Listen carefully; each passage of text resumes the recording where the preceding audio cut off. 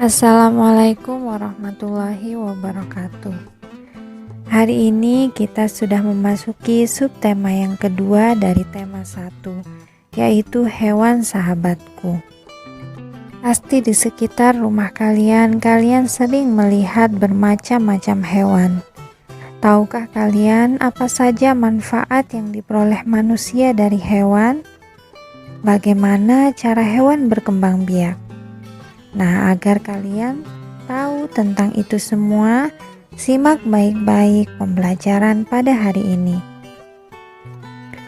Negara-negara di Asia Tenggara memiliki banyak sekali jenis hewan.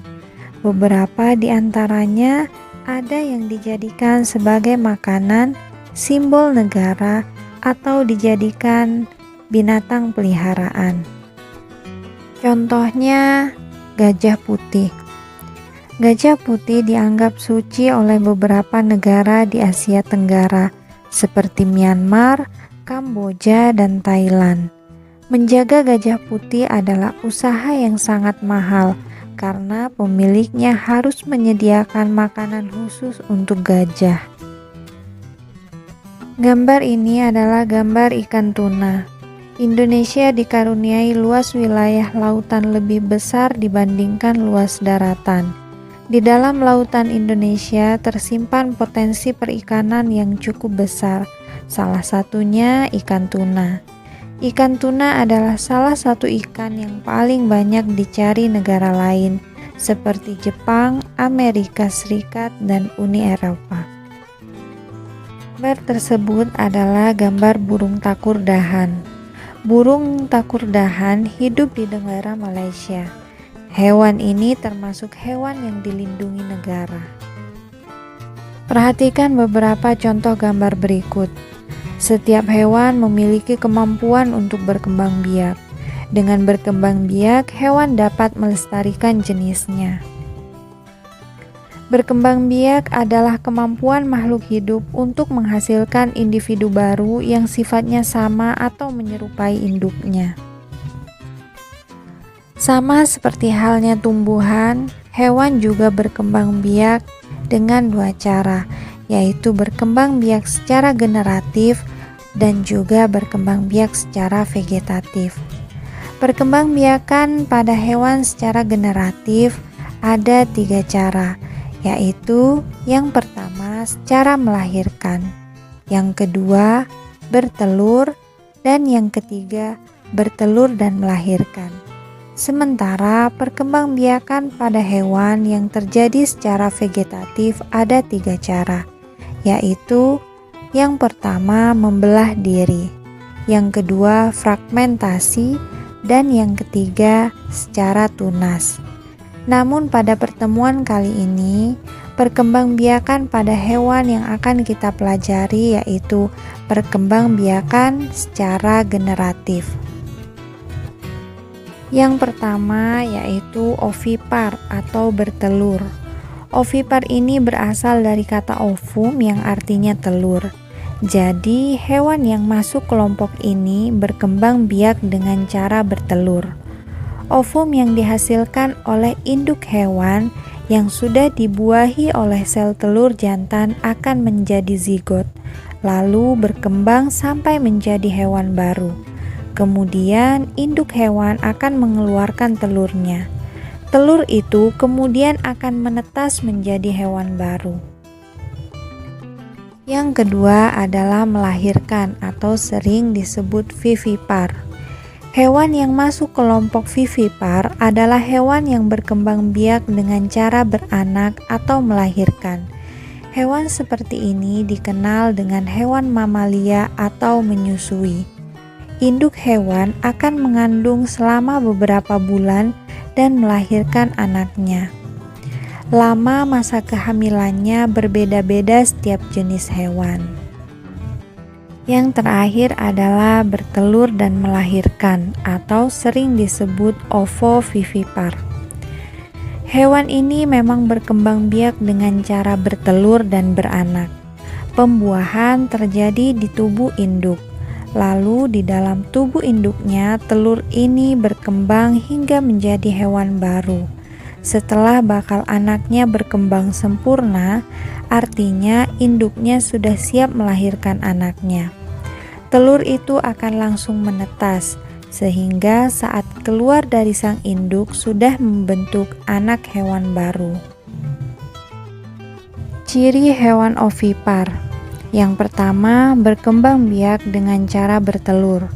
Yang kedua, tidak memiliki daun telinga, rahim, dan juga kelenjar susu, serta tidak menyusui anaknya. Ciri-ciri hewan vivipar yaitu yang pertama, berkembang biak dengan cara melahirkan. Yang kedua, memiliki daun telinga, rahim, dan kelenjar susu. Yang ketiga, menyusui anaknya. Dan yang terakhir, cirinya biasanya memiliki rambut atau bulu. Sementara hewan ovovivipar tidak memiliki ciri khusus. Namun yang membedakannya karena mereka mengandung calon anaknya dalam bentuk telur yang disimpan di dalam tubuh induknya hingga menetas. Setelah menetas, induknya akan melahirkan calon anak tersebut. Untuk soal latihan hari ini, kalian amati beberapa jenis gambar yang ada pada gambar tersebut. Yang pertama, kalian kelompokkan hewan-hewan pada gambar, hewan yang berkembang biak secara ovipar, vivipar, dan ovovivipar. Dan tambahkan contoh hewan yang lain selain yang ada pada gambar. Yang kedua, tuliskan manfaat perkembangbiakan secara ovipar dan vivipar. Kondisi geografis atau keadaan alam di Asia Tenggara membantu penduduknya memanfaatkan hewan dalam kehidupan sehari-hari. Ikan banyak dijual dan dikonsumsi. Hewan ternak banyak yang dijual di dalam negeri, bahkan sampai ada yang mengekspornya. Setiap negara di kawasan Asia Tenggara memiliki kekayaan sumber daya yang menjadi kekuatan negara. Agar kalian lebih mengenal potensi ekonomi negara-negara anggota ASEAN, perhatikan penjelasan berikut ini. Brunei Darussalam. Negara ini terkenal dengan kekuatan sumber daya alam berupa minyak bumi dan gas alam. Brunei Darussalam menjadi negara di Asia Tenggara yang memiliki pendapatan per kapita tertinggi karena gas alamnya. Filipina. Filipina adalah sebuah negara kepulauan yang mata pencarian sebagian besar penduduknya adalah di bidang pertanian. Filipina berhasil menjadi salah satu negara di dunia yang dapat membangun dan mengembangkan pertaniannya dengan baik.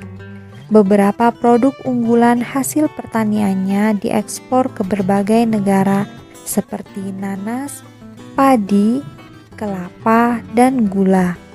Hasil pertanian ini juga akan menunjang perkembangan ekonomi negara ini. Indonesia. Sebagai negara kepulauan terbesar di kawasan ini, Indonesia memiliki ragam sumber daya alam yang sangat kaya. Saat ini, Indonesia mengekspor minyak dan gas bumi, tekstil, dan produk-produk dari kayu. Pertambangan menjadi salah satu pintu masuk para pengusaha mancanegara ke Indonesia. Keindahan alam Indonesia pun merupakan daya tarik yang menjadi sumber devisa negara dari sektor pariwisata. Kamboja. Di Kamboja mengalir Sungai Mekong. Daerah di sekitar Sungai Mekong merupakan daerah yang subur. Mata pencarian penduduk Kamboja adalah pertanian. Hasil pertanian Kamboja yang besar adalah padi dan karet. Laos. Laos bertetangga dengan Kamboja. Negara ini dilewati oleh aliran Sungai Mekong, sama seperti di Kamboja. Kegiatan pertanian banyak dilakukan di sepanjang aliran sungai ini. Sebagian besar hasil pertanian dinikmati oleh masyarakat Laos. Malaysia. Kegiatan ekonomi utama penduduk Malaysia adalah di bidang pertanian, pertambangan, dan perindustrian.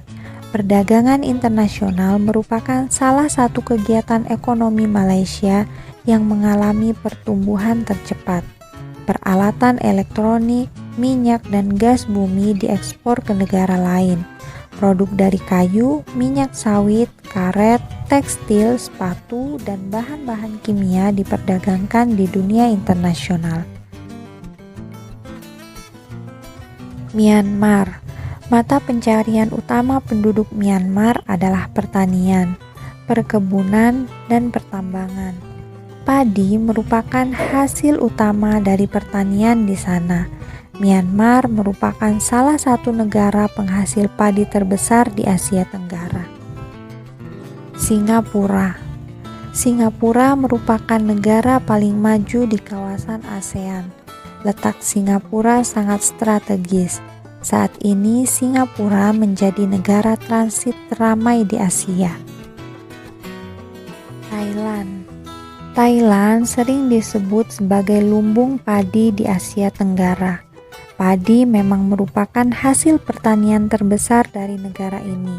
Selain itu, perkebunan, kehutanan, pertambangan, dan industri juga merupakan kegiatan ekonomi penduduk Thailand. Saat ini, penghasilan utama Thailand adalah sektor pariwisata. Keunikan bangunan budaya di Thailand menjadi daya tarik tersendiri bagi para wisatawan mancanegara. Vietnam. Setelah pulih dari Perang Vietnam, negara ini mulai berkembang di berbagai sektor perekonomiannya. Pariwisata dan turis mendukung perkembangan ekonomi.